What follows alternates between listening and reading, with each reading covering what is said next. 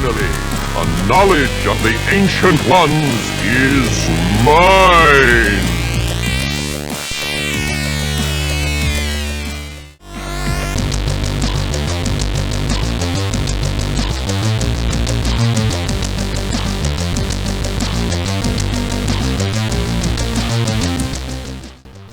Time for a break from apocalyptic survival and barter on your own land.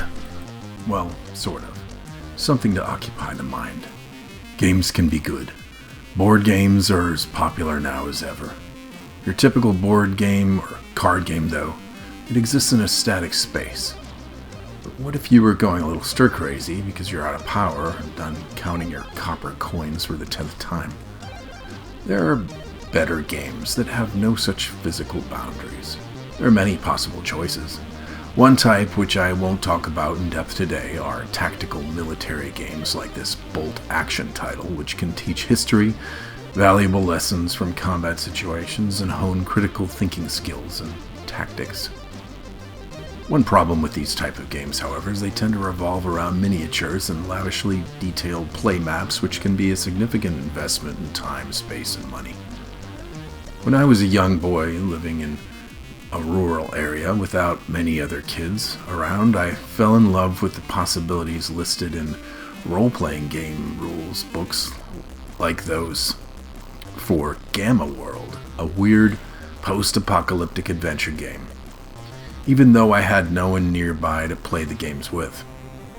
Reading the source material got my imagination going.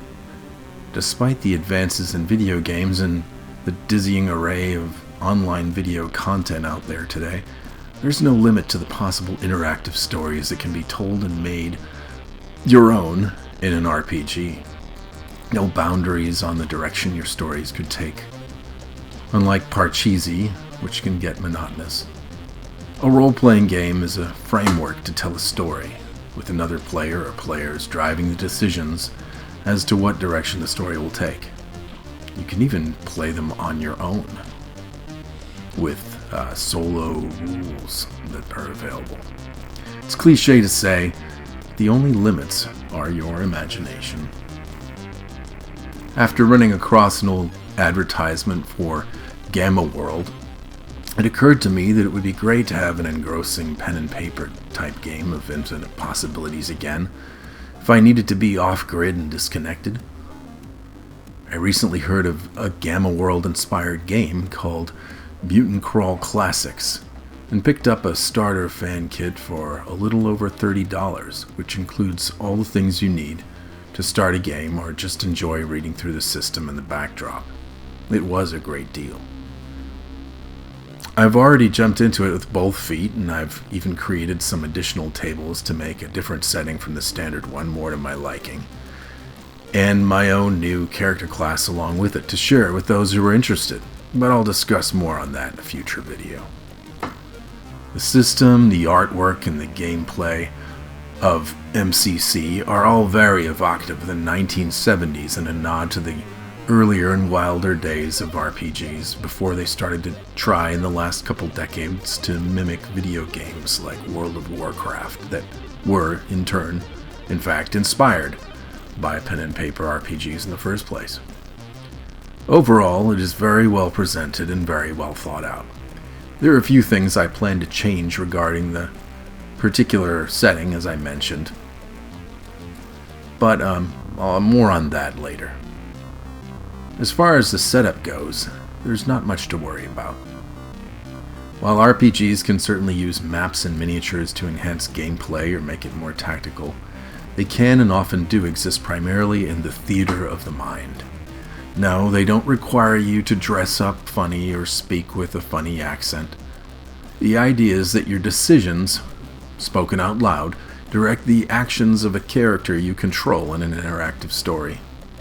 How you dress and how you speak is entirely up to you, and certainly examples of people going overboard are played up by Hollywood. I never experienced that myself. The rulebook and dice put boundaries on what you can do and whether or not you'll succeed at what you try to do in the story. RPGs are fundamentally second-person fiction. a step up from having someone read to you a choose-your-own-adventure book. Instead of, he went to the store and bought a bag of green apples, it's, you went to the store, but where you are in control of your decisions. So, do you choose the green apples or the red ones? Maybe you choose the red ones and they are rotten and full of worms, and they make you sick. Or you choose the green ones and they make a prize-winning pie. Now take that to the next step, where every choice you make can change the course of a story. And there you have an RPG. Again, the funny dice and rules are mostly there to put guardrails up, to leave some outcomes up to chance, but with some advantages depending on the type of character you decide to create and play. As an example, you might want to just say, I run away from the bandit gang. But the rules in the character sheet you filled out say your character is overloaded with all the odds and ends he scavenged from the nearby ruins of a small factory.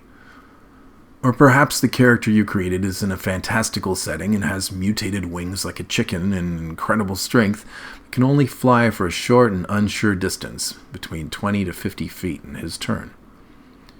Roll the dice and we'll see how many feet he can actually fly before he falls back to the earth. The gang leaders closest can move up to 30 feet, so let's hope you roll high or he may catch up with you. That's the way the dice and rules come in handy to telling a interactive second-person story. Now, add a few friends who want to make their own choices that might conflict with your own, and you can see how the game could get interesting. I shoot an arrow at the gang leader as he chases Chicken Man, your friend tells the game master. If your friend rolls dice to hit and misses terribly with a low number, he might stick you with the arrow instead. Again, this changes the possible course and direction of the story, potentially with you ending up dead and not achieving the goal. In any case, Mutant Crawl Classics is a simple game to learn to start to play. Many other role-playing game systems can get deep into rules with complicated character sheets and skill points, but MCC keeps it very lean and easy to play.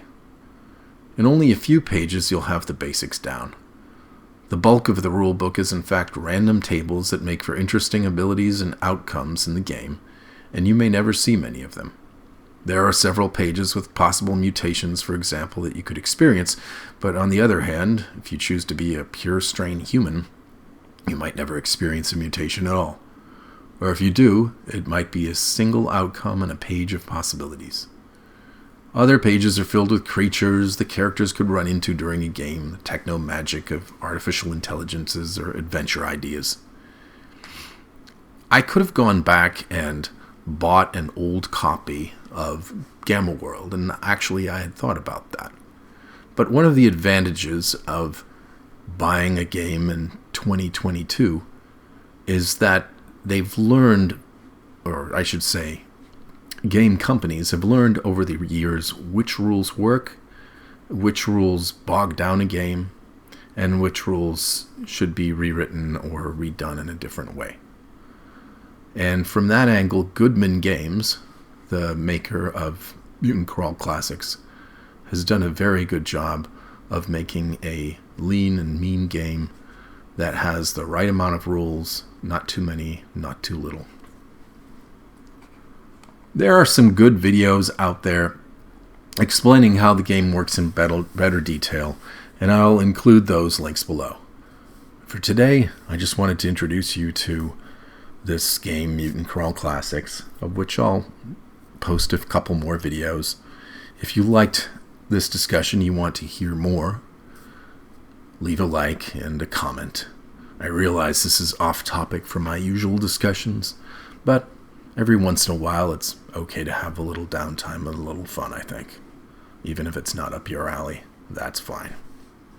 Talk to you later at the Hudsmith Bug Out. This is Copper Mutant, signing out.